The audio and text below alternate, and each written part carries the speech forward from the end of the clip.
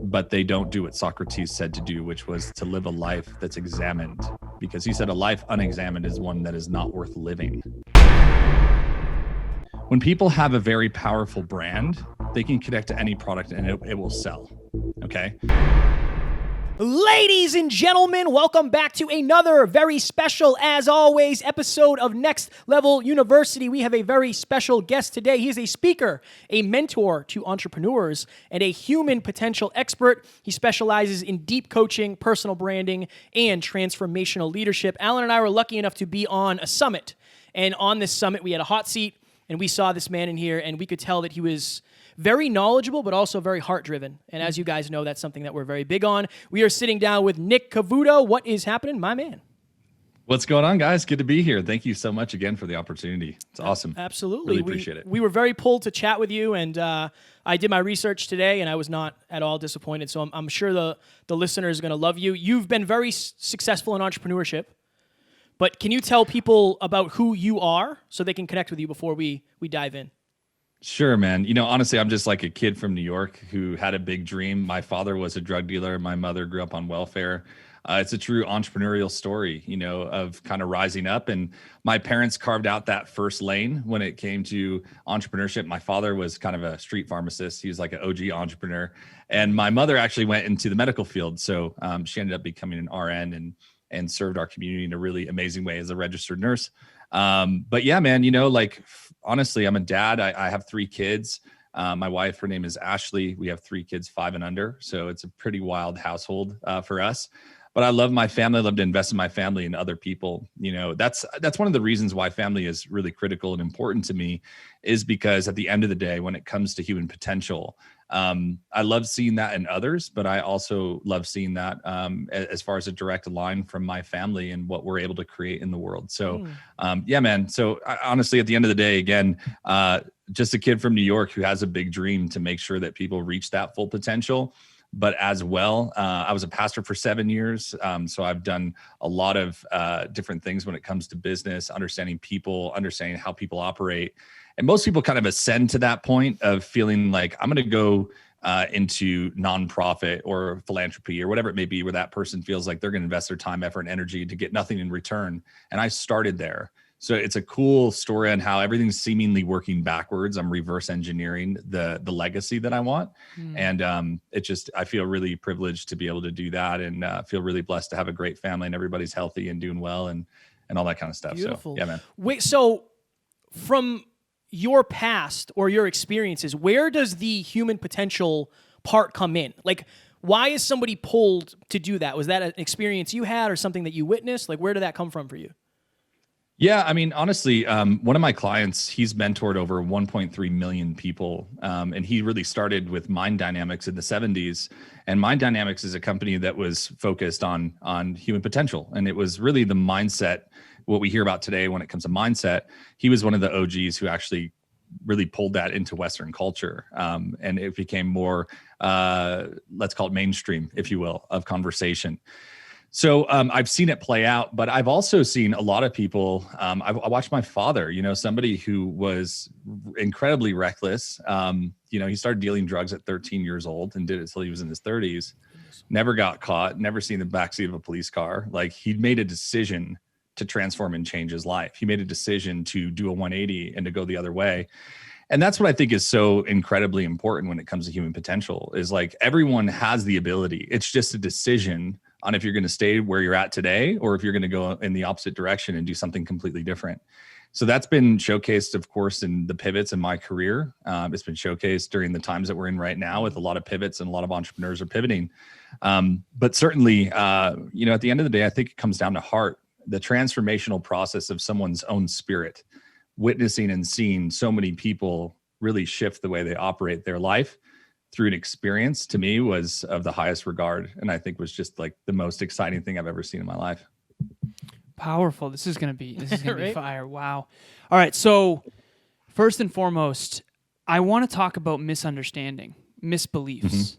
Whether it's entrepreneurs or just people in their own personal development, let's not even go down just the entrepreneurial route, but people and their decision-making paradigm around vice and virtue. What do you believe are the misunderstandings or the misbeliefs that really take people on a trajectory that's just not in the best interest of themselves or others? Everything comes down to story.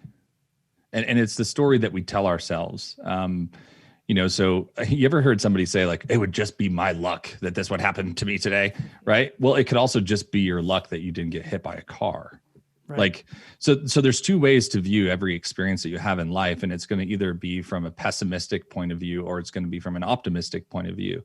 And that frame resides in story, which is the way you were raised as a kid, what the experiences that you had, the people who you heard talking around you, all of that early 0 to about 8 years old, all those conversations that you were a fly on the wall for typically end up determining where that meter is going to go, either left or right, either wildly optimistic or, the other way.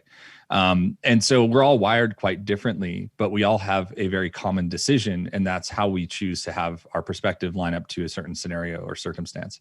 I can look at that of my father and be like, man, 8th grade education, some people wouldn't call this, a successful person, but I watched somebody who built a massive empire when it came to entrepreneurship outside of the illegal activities.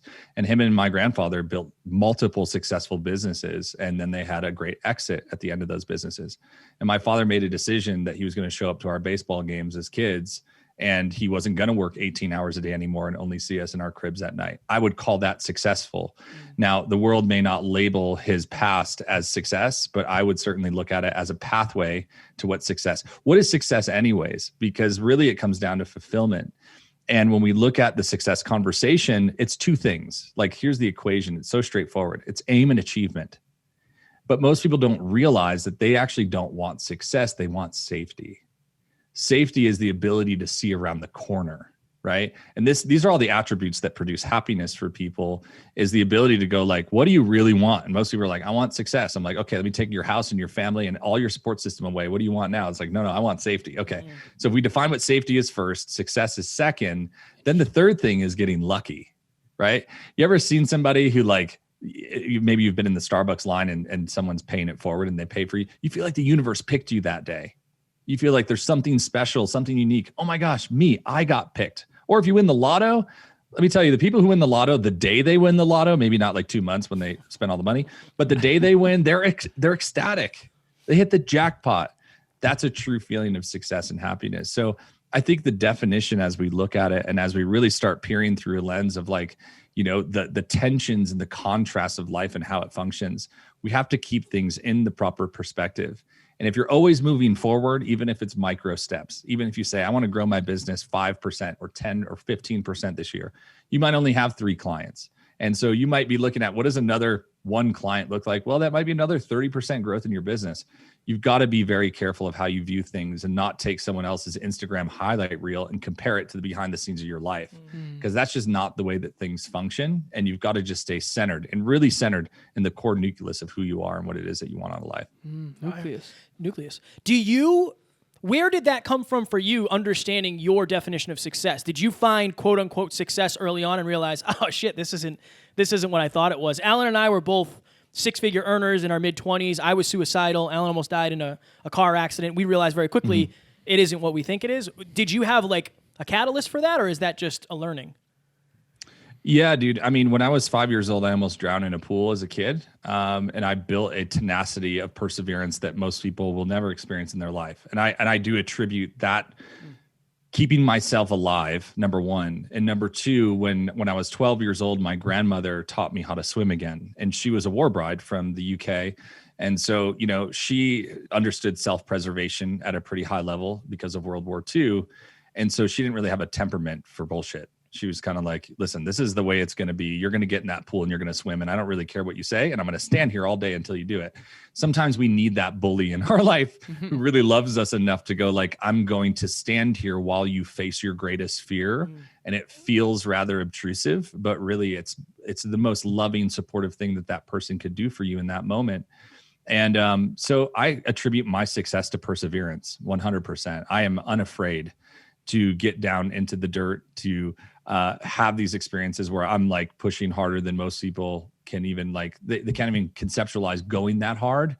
That comes easy to me. It comes natural to me. Now, also, Kevin, it gets me in a lot of trouble because when I'm revving too high for too long, I have to understand what my guards are and where I need to go. Like, okay, I actually have to dial this back a little bit because I'll redline for too long. And that's of course not healthy either. Yeah. So it is the process of understanding that your greatest strength is also your greatest weakness. And you've heard that before, but the way I want to present it is you don't understand the strength until you understand the power of the dark side of it.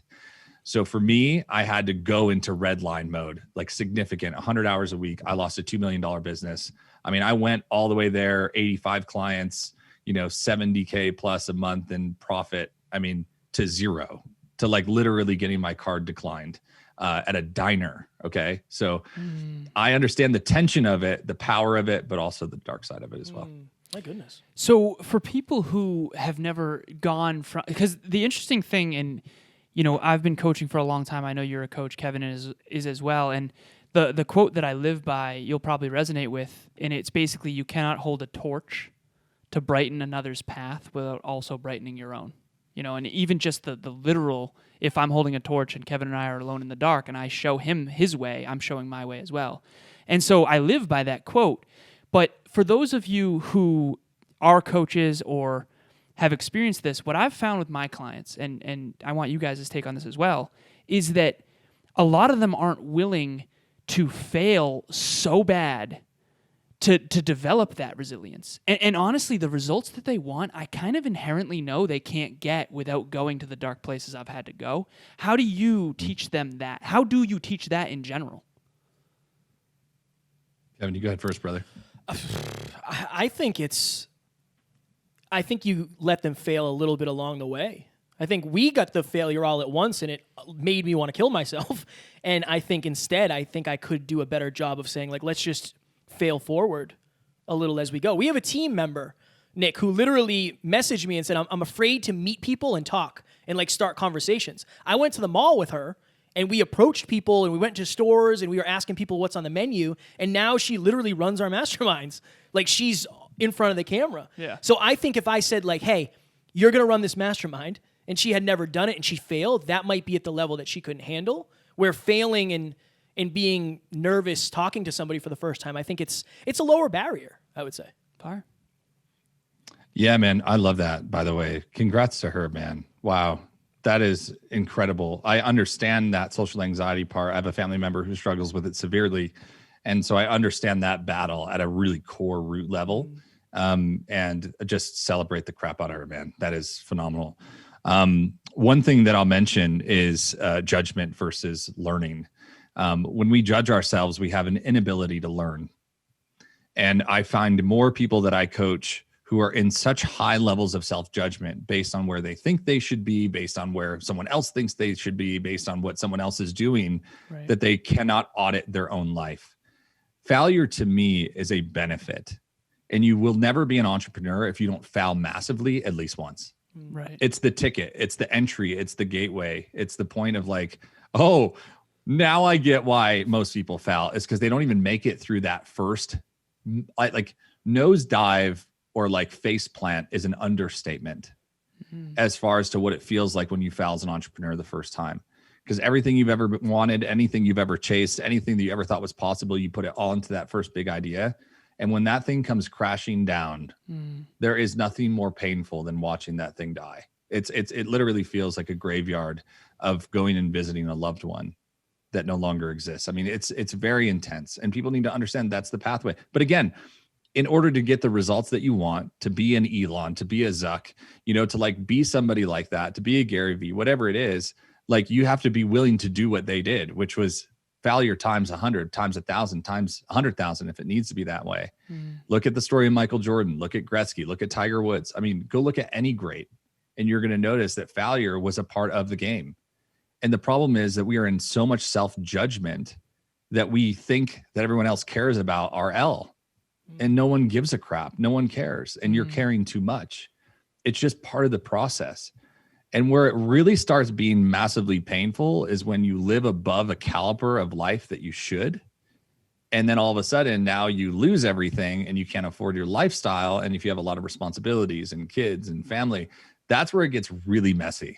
and you've got to go get a job again. And then most people don't have the courage, or their spouse is non-supportive of them going back into entrepreneurship in that way.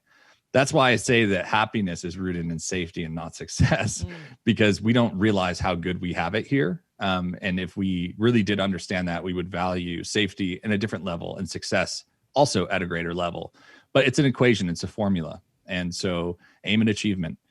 What do you want to accomplish? And then you go out and you achieve it. And that's what success looks like. Nick, what is your relationship to when you said, like, I tried to pay for a meal in a diner and my card got declined? What was your relationship with it at the time? And what is it now looking back? Is that like a humble pie moment of like, always remember that? Like, how do you look back and feel about that now? Yeah, man. I mean, I think it was just one of life's most valuable lessons. Did you feel that way at the time? Yeah, dude. I mean, I sat there and my face turned bright red, of course, massive embarrassment, disappointment with myself. How did I ever let this happen? How did it even get this bad? I mean, I was running 6 months before, I was running an agency that was doing over $200,000 a month. And then all of a sudden I'm sitting here and it's like, whoa, what happened? Well, it was tailspin. It was relational tailspin. People left the business, stole clients. I mean, like, it was a culmination. It was almost like the negative climax of a movie of where you think the hero's going to die and they don't. It just is a painful experience for them. That's kind of how it was for me. And I just remember uttering these words, Kevin. I was like, never again. Never again. And I have held true to that. And it was an incredible learning moment, a very humbling moment. But where I realized, like, I just am never going to be put in this situation again. A lot of times people want different results in their life, but they don't do what Socrates said to do, which was to live a life that's examined, because he said a life unexamined is one that is not worth living. And if you really want to get different results in your life and or in your business, audit the last 6 to 12 months of your business and or life, write down everything that you did and that you screwed up on, and go do the opposite. It's really not that hard. It's just like fitness, right? Most people in fitness, it's like $1 trillion industry. And what do? Eat well and exercise. Are there hacks and tips and tricks and supplements? Of course there are. There's optimizations. But we have to realize that when we're even in that segment, we're selling painkillers, not vitamins and supplements. We want to solve a key pain point, whether it's confidence or security, or maybe someone is doing a competition. They want to be successful. There's a pain point that's high enough that is worth defending, that someone would be willing to go through all the steps required in order to get to the end result. It's the same thing. For me, it was like, I have to manage my money differently. I have to manage my products differently. I have to manage people. I mean, dude, when you shatter at that level, everything you look back on, you did wrong. And so I just went like, what the hell? It's a reset. I'll hit the reset button. Boom, hit the reset button. What's next? Nick, a lot of our listeners are avid learners, obviously. Next Level University, right? We're all here to learn, including Kevin and myself right now. I think it's really important to learn from people who have a higher awareness than you do, but I think it's hard to know that if they have a higher awareness than you do. So it's interesting because as someone who puts so many hours into personal development and raising my own awareness, business, life, like all the quotes you're talking about regarding, Aristotle or Socrates, like a lot of those are books that I've read, and I can tell you've read them too. But for someone who doesn't know that you're a good mentor to learn from, how do they gauge who they should and shouldn't be listening to? Because I've found in my own life, like, I've watched people give people terrible advice because they've never been there. It's like, you're not a business owner. You've never started a business. You sent me to school for business. I've started multiple businesses. I've failed. And yet you are trying to tell me how we should be running our business. I've had one person say, why isn't David Meltzer paying you? It's like, why would he pay me? He has $150 million net worth. He's one of the top business coaches in the world. I should be paying him. Fortunately, we have a pre-roll on our podcast. He sponsors this show. It's awesome. But your awareness is so low that you're giving this advice that you think is advice, but it's actually an opinion. How do our listeners defend against that? Because Kevin and I knew immediately, like, this Nick guy knows his shit. Oh, yeah. Okay, his awareness is high, and we can feel it. How do our listeners defend themselves against people that claim to but don't? I follow a very simple infrastructure when it comes to awareness. Awareness, responsibility, and communication.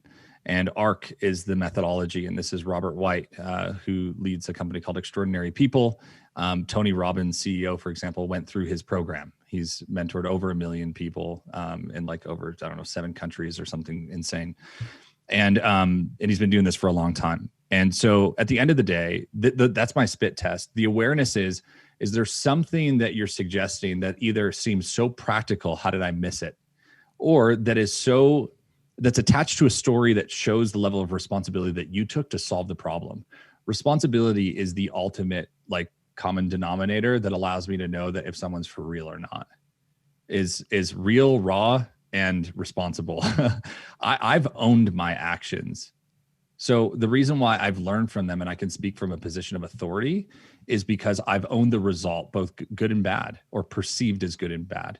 I've owned the fact that I ran a $2 million business that I built in 18 months. I've also owned the fact that I sat across from my buddy who's a freaking photographer and he had to pay for my meal. I've owned that. So my ability to then communicate on the back end of that comes with a different level of transparency, or as some would call authenticity, which I think is now turning into a buzzword. Real and raw is better than authentic every day of the week. If you can be for real, for me, it's talking about my father in the way that I have, talking about drowning, talking about like, this is stuff that I would never share with people. Like even 2 years ago, I didn't even know it was valuable. But what I realized is when you take radical responsibility for your life, it is the pathway for people to be able to trust you, which is the thing that is the commonwealth of having really intimate relationship. So I'm not here to do anything more than I have a flashlight, and I'm here to illuminate, and a lot of people exist to manipulate or feed their own ego, which I believe is just edging God out. I'm thankful that I've had divine intervention in my life, both physically and transformationally, that God has stepped in, that I've had a higher power that stepped in and helped me in hard situations of when I didn't know what to do. And I had those crying out moments of, what do you want me to do? And it's like, step up and serve, man, lead from your heart and not your head. And I think those are important things that you can latch onto. I think people's meter of how they measure someone being authentic or not, or real and raw or not, is a pretty good thing. At the end of the day, intuition is the ultimate spit test on this. Like you've got to have good spidey senses to know, should I trust this person or not? Just like walking up to somebody in the street, can I trust this person or not? Don't judge yourself. You're going to learn from people who give you bad advice. It's going to happen. And you'll also learn from some of the greats, and you'll take that advice too. It's just keeping everything in tension and in balance, and also having wise counsel. Like that's why coaching and mentoring is so important. I have 5 mentors. I don't just show up with the stuff that I have today and go like, oh, well, it didn't cost me anything. I mean, I don't even know I've stopped counting how much money I've invested. And there's been people who have come into my life who have invested for zero. The most influential people for me right now in my life believe in me. Most entrepreneurs think that they need skills. They need new skills. I got to learn how to write better copy. It's like, nah, dude, you need more belief. I know a dude who's Amish, who has an 8th grade education, who has a $2 million business that he built in less than a year. Not doing anything that has to do with, he's a practitioner. Okay. It's belief. He knows what's possible, and he doesn't allow himself to restrict himself from the growth that he wants in life. And so at the end of the day, he's posted on social media, doing all this stuff that he didn't even know existed 2 years ago.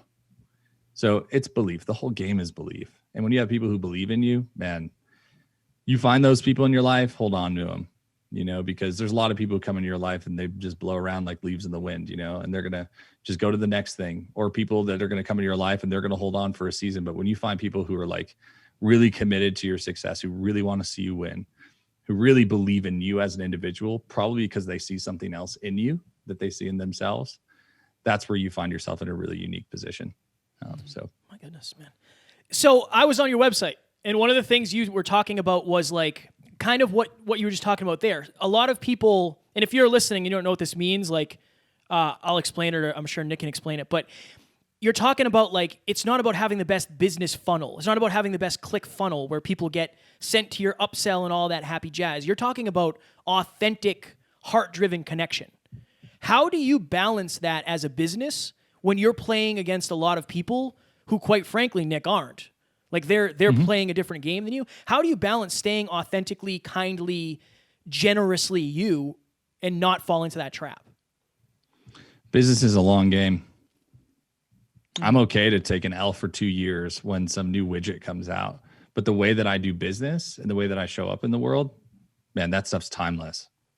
And that's the miss is most people, the number one mistake that most entrepreneurs make is they try to make too much money too fast. So let me ask you a question. Would you leverage funnels over flow being optimal performance of you, think of it like water, right? You ease in and out of conversations, you ease in and out of deals, you ease in and out of the way that you collaborate and connect with your team, that you keep things relatively simple and easy. What's the better winning strategy long-term? Flow. Everybody knows Usain Bolt for a 10-second run. No one knows the guy who wins the marathons. Interesting. Our culture is wired for a microwave mentality, and that's the problem. Right. And I tell people all the time, I don't have a microwave. So I'm a 5-star Michelin chef. That's what we do. I don't have a microwave. I can't help you. I can't make it go warmer faster. I can't make you get more money faster. What I can do is it's organic, not mechanical. That's the way that I coach. That's the way that I step up in my life. That's the way I lead my businesses. Is organic is water and sunshine. You want to walk over to a flower and try to take something out of it to put a different part in that will make it go fast. That's not how it works. So yeah, you might see big, gangbusters, right? Where you watch this company go 0 to 100 million using ClickFunnels in 2.5 years. Listen, I have no problem with tactics. That's fine. More power to you. But the reality is when you understand that empathy is way more powerful than a funnel, and there's way longer longevity to the success of your business and to you personally and more fulfillment, you're not going to trade it in. I'm going to go really gut level here. Okay. Don't prostitute the gifting that God gave you. That's what happens when you sell short and you try to just follow the herd. You're willing to literally give up the greatest gift that you have. As somebody who's invests in transformation of others or whatever, you're willing to trade that in for a widget. You're willing to trade that in for dollars and cents that actually don't mean anything in the long term. I don't even think money's real. A lot of people are going to have an interesting perspective on this part of the conversation, but I don't. I think it's a transfer of energy. Do I trust you? Do I vibe with you? Do I feel like you're the right type of person I want to follow? This is why I believe that everything in business comes down to human connection, because I've watched business my entire life. Since the day that I can remember, I've been in rooms with people who are leading transformational experiences, who are speaking from a stage. My grandfather, his father, and my mother have all been in entrepreneurship. There's over 100 years of direct line of entrepreneurship in my family. I've watched the game. I've heard the stories, the whole campfire stories. I've heard entrepreneur stories from heaven and hell for my whole life. So I'm here to, yes, compel you to not trade in just a widget, just a thing. Will it work for your business? Sure. As long as it's aligned, as long as you have empathy, as long as you're leveraging automation to become more human, to actually serve. Everything comes down to intent. And if your intent is to do better and serve more people and you leverage some type of widget to do it, cool. But if you're doing it for yourself, you're screwed. You've heard the Jim Rohn quote of business should be at the service of others, not the expense of others. And that's why it's so difficult. I'll never forget when one of my, a potential client came to me and asked me to help him grow his business, and it was a wine company. And I said, I have nothing against you or your company because I know a lot of other people value wine, but I personally struggled with alcoholism and I'm now sober, and so I can't do that. And so I think, again, for anyone listening, it's really important to understand what Kevin and I talked about on a recent episode, which is if it doesn't move you, you're not going to be motivated. If it's work that's not congruent with your heart, you're going to be struggling to push yourself to do these things. And then you're going to look at Kevin and I and think, how do you guys do 5 episodes a week? It's because we're seeing it's so aligned. It's so aligned. So Nick, I want to pick your brain on alignment, and then how do you kind of already alluded to fulfillment as the true litmus test for success. And I couldn't agree more. I think fulfillment is, the proof of whether or not you are or are not aligned with your highest self and your highest contribution. What's your take on alignment? What can you give to our listeners about it? And how do they know when they're not aligned? Yeah, I mean, when you're out of alignment, if you have to ask the question and go, am I? Then you probably are. That's the best way. It's kind of like a car when you're driving. If you're like, are my wheels wobbling? And you can feel it in the steering wheel. Well, yeah, they are. If you're guessing, then it's definitely happening. Mine are currently, just so you know. Potholes in Worcester are brutal, man. Yeah, dude. Potholes in Boston. I mean, come on, dude. Yeah, you're in trouble this winter, man. But it's wild because that is like the true test in a way. It's like if you can sense it, then it's likely happening, and it usually happens after some type of event, right? And so what do you need to do? You need to slow down, bring it in, get it fixed. And that's why coaching, again, to your guys' point, and with what you guys do is so important, is helping other people get back into alignment has to do with what? It's an assessment, and there's some type of repair that needs to happen. And so many times in people's lives, they hit a pothole in life or in spirituality or maybe in their health or something like that. And they don't take the time to actually stop, slow down, get the part changed, swap it out, pay the price, move on to the next stage. And that's the easiest way to really, go into alignment.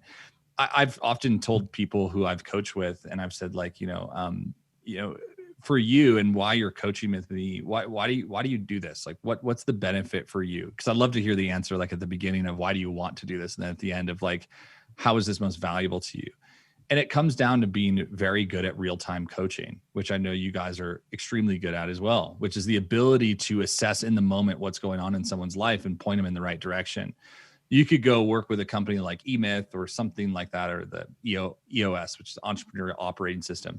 And they're going to give you 3-year plan. I'm like, dude, I got a plan for 3 months at a time. Do I have a vision that's 1 year, 3 year, 5 year, 10 year? Of course. I know what the finish line looks like. I know what running a foundation for my wife's father looks like.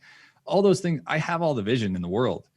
But the practical steps with the market shifts, like I need people in my life who can help me on the daily sometimes, of where it's like, man, I'm struggling today. I need some good perspective. And I go listen to Jim Rohn, or I talk to my mentor, Tony Grebmeyer, and go like, this is what I'm going through. This is what I'm experiencing. And so alignment comes in soft touches, and it also can come in like rehauls. And you just got to know what season of life you're in.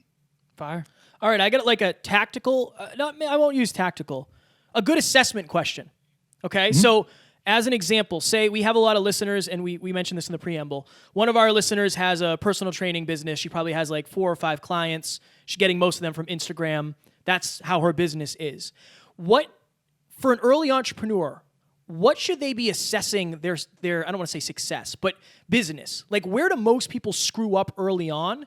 Like, what is a common problem that a lot of people early on are jeffing, as we say, which means screwing up?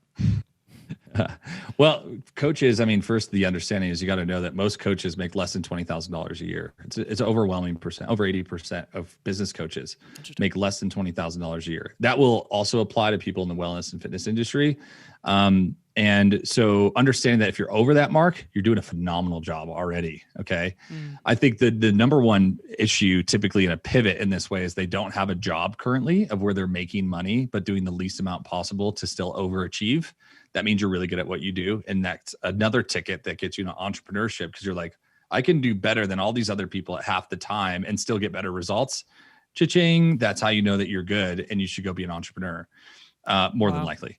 But if we follow that pathway and go to the next stage is like, okay, if I'm generating my own business and I'm doing well, I got 4 clients, they're each paying me $20,000 a year. If you're not saving for taxes, you're going to screw yourself. Oh, yeah. So this happened to me huge, because the first year, remember, we went hockey stick, right? So like 0 to 2 million really fast. I paid $108,000 in taxes, in federal taxes, my first year in business as an entrepreneur, which was more money than I made the year prior, like at a job. Okay. So that was really hard, because that was almost a month's worth of revenue that I didn't expect. And what did I do? I just took all the revenue and just dumped it on top. Right. And said, God, I hope that never happens again. And what happened? It happened again. So that is definitely right now are just laughing their asses off, man, because we've all fucking been there. Oh, dude, funny. It's so brutal. It's so brutal. It's like, how could you not have known that? It's like, oh, you squatting heavy weight, you pulled your groin again. You should probably stretch, you know? Oh, it's funny. Yeah, exactly, dude. So that was one of the lessons learned early on. And yeah, I would say the last one is most people still don't create enough content. And that's the one thing. We have a process that we've leveraged and taught, thousands of people at this point on how to create the right type of content.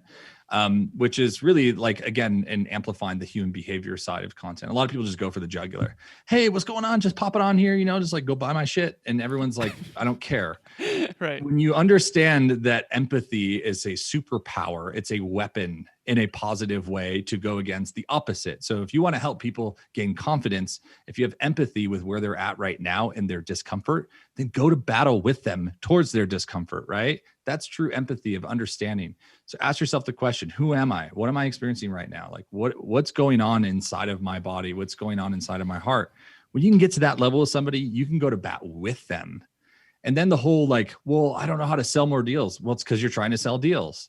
I mean, if you guys remember Circuit City, okay, I'm going back in some time really quick, but for a 5-second story, which is now common Best Buy for people who don't know what Circuit City is. I was number 3 salesperson in that company. And I worked part-time. Number 3 in the entire company, I had like 20,000 employees. What was so special about that? I don't know. I just understand people. My brother would get so pissed. He was on the same team as me and I'd outsell everybody by about 2x, 3x.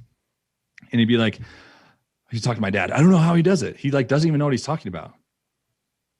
Right. This is me at 16, 17 years old. This is how far back this goes.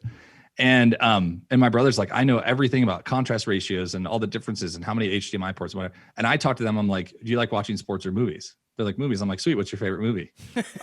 Awesome. Yeah. So that's how I did it. So it's the same thing, like I've been told like enrolling is one of those things I'm really good at when it comes to in the coaching process is like helping other people get more people enrolled.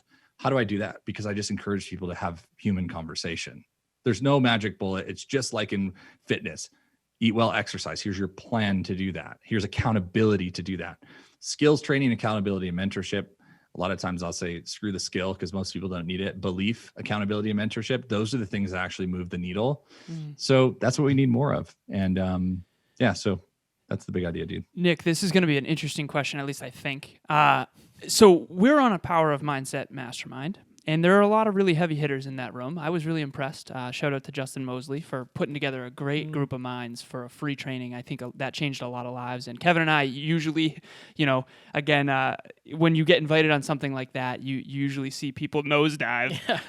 That ended up being a really powerful one. And Kevin and I were like, holy crap, there's some heavy hitters in here. Like, this is awesome. Nick, out of all the people in that room, a lot of us had some valuable insights and some valuable things to say, and I would like to, put myself in that category. But you, after that, Kevin and I immediately talked and said, "Yo, Nick, we got to have Nick on the show." What do you believe was the reason why our subconscious or intuition picked you? Like why? Because there was a lot of really great minds in that room, but you were the one who jumped out to us. Why is that? Honestly, the thing that pops for me is this, there's a twofold thing. I like alliteration, so you're going to kind of follow me here. A hidden hero and honesty and humility. Those are the things that pop to my mind, or those 4 H's. So like the hidden hero part is like, I see greatness in him, like I see greatness in us. There's a relatability, there's an intimacy level, there's a relevance that's also there, I think, for you guys and for myself, whether we're similar age or similar frame. But I think the humility part probably came in when Neil said, Nick teaches this stuff all day long and he's not saying anything.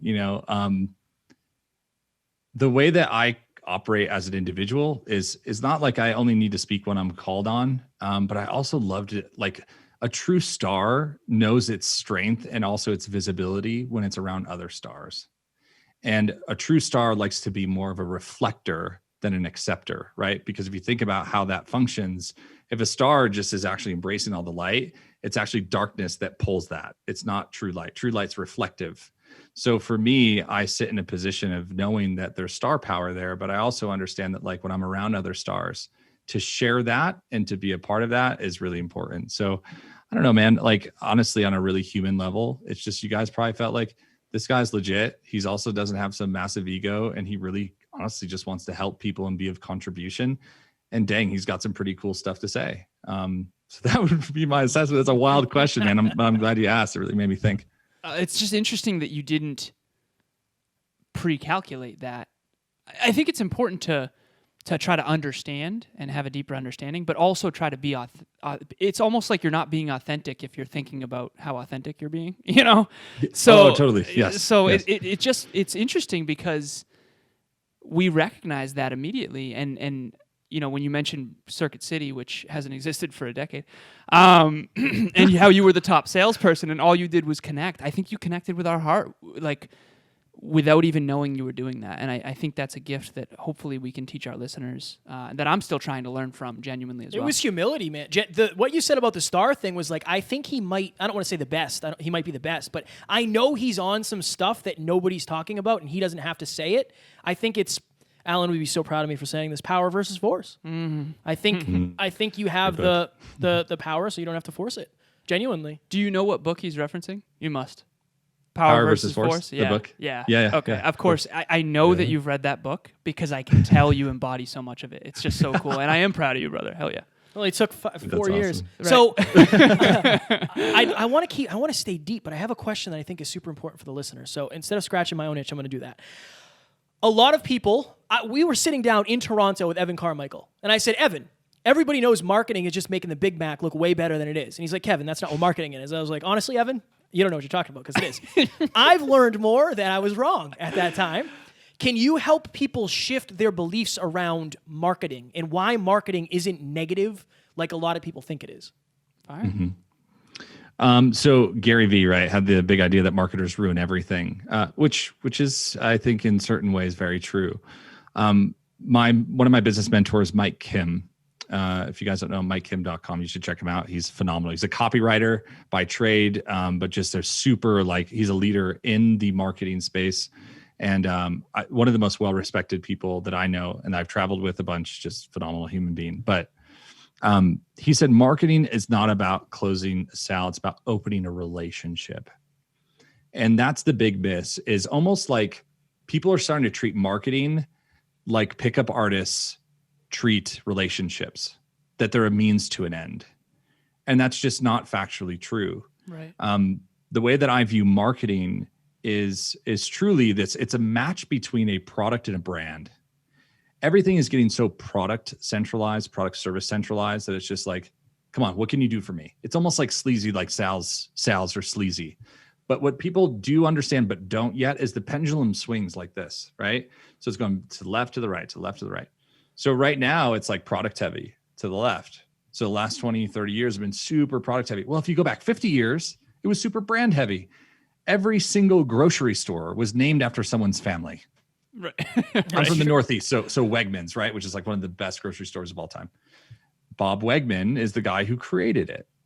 And it was centered on spit shakes and my dad, they owned 5 convenience stores. So that was one of their businesses. And so everyone knew their names. And so there was this unique factor about relationship. And what was marketing? Marketing was centered on brand. And when you go, because marketing separates between brand and direct response. Okay. So this is getting into your tactical side, right? So marketing is separated between 2 things, brand and direct response. Direct response is buy my shit for 10% off or 90% off or whatever. Right. And brand is 90% how do I feel? What's the emotive? What is someone saying about you when you're not in the room? It's truly reputation. Right. So when we go underneath the surface of that, it's just the pendulum swinging between those 2 different platforms. So the more people that do ClickFunnels, the better I look. Why? Because I don't do ClickFunnels. And I'm not going to swing the opposite way. I'd rather compete at the top when brand is the thing, which would give it 24 months at the max, and it's going to be the thing. Yeah.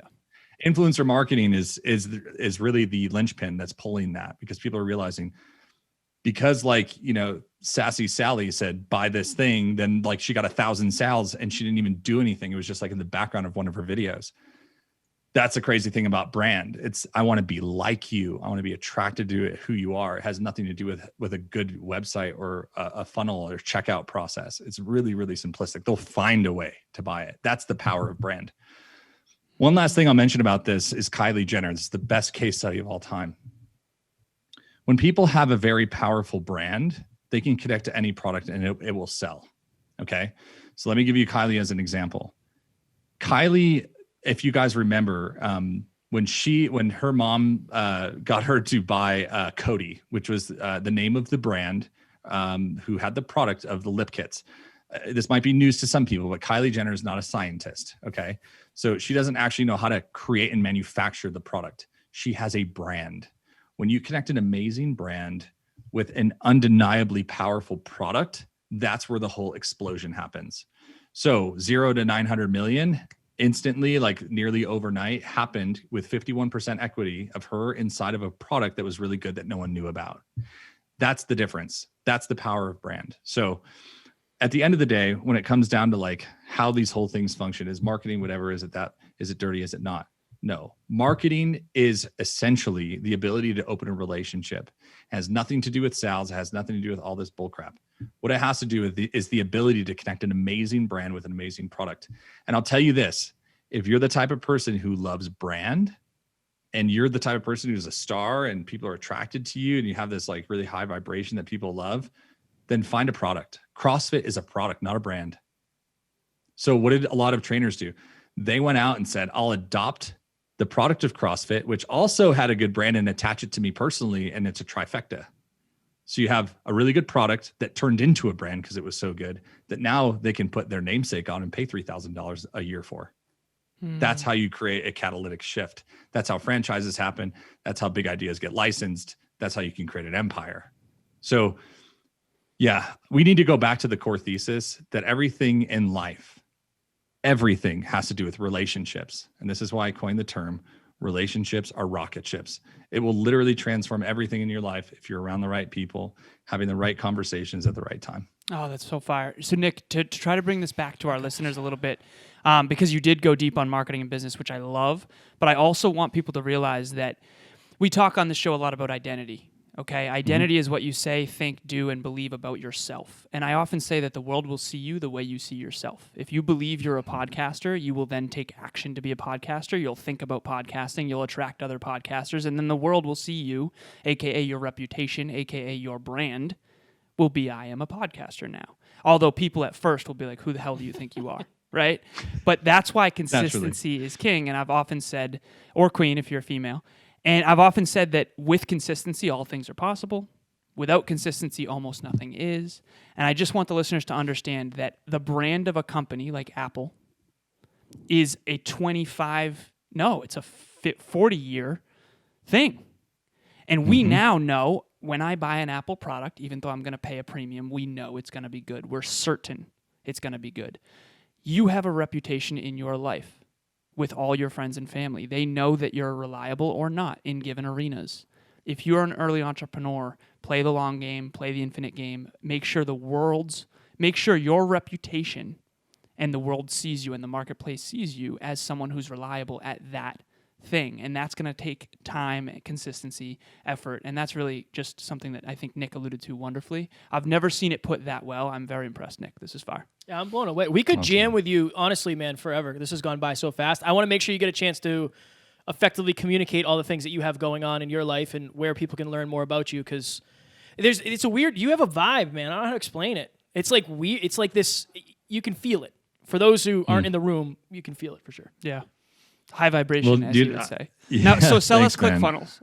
No, I'm kidding. Can you imagine? Yeah, that'd be hilarious. Dude, that's so funny, man. Let me get under my trench coat here and give you an access code. Yeah. Yeah. You know what's wild is one of my best friends and somebody who was a mentor in my life early on, Scott Olford. He said, he's like, dude, you are the energy overlord. And I'll never forget when he said that to me. And it was this hilarious moment. What he didn't understand was that there were fractured points in his life that I could see from a mile away that he didn't even know that I had like knowledge of. And I could see like the parts of his life where he felt rejected and then wildly accepted. And I could see the parts in his life where he felt like he had a great calling and he feels like that kind of got traded for like, competition in the market. And like, I don't know, it's spidey sense. I could just pick up on this stuff. So what did I do with all that information? What did I do? I just showed up and loved on the guy. I just like spent time with him like a good brother or friend would. And he was almost like, dude, like this, I don't know, like what I'm picking up from you is ridiculous. And I'm like, dude, that's just like honest, transparent, like love. I don't know any other way to describe it, but it's a true caring. There's nothing that you can give me that I need from you in order to have true acceptance. And I think that's what the world needs more of. And I think that's, as entrepreneurs, the gift that we can give to our clients and the people that we serve is just more acceptance. And being misunderstood is the ultimate disconnection of human relationship. And think about it. Assess your relationships. Who do you feel most misunderstood by? And those people are typically going to be on the fringes or directly in the bullseye. And if it's in the bullseye, meaning if that's your partner or if that's a business partner or something, just have the hard conversation, like get it over with, because at the end of the day, having a hard conversation and say, man, I feel massively misunderstood. And here's what's coming up for me right now. Could you be compassionately curious to just listen to how I feel right now?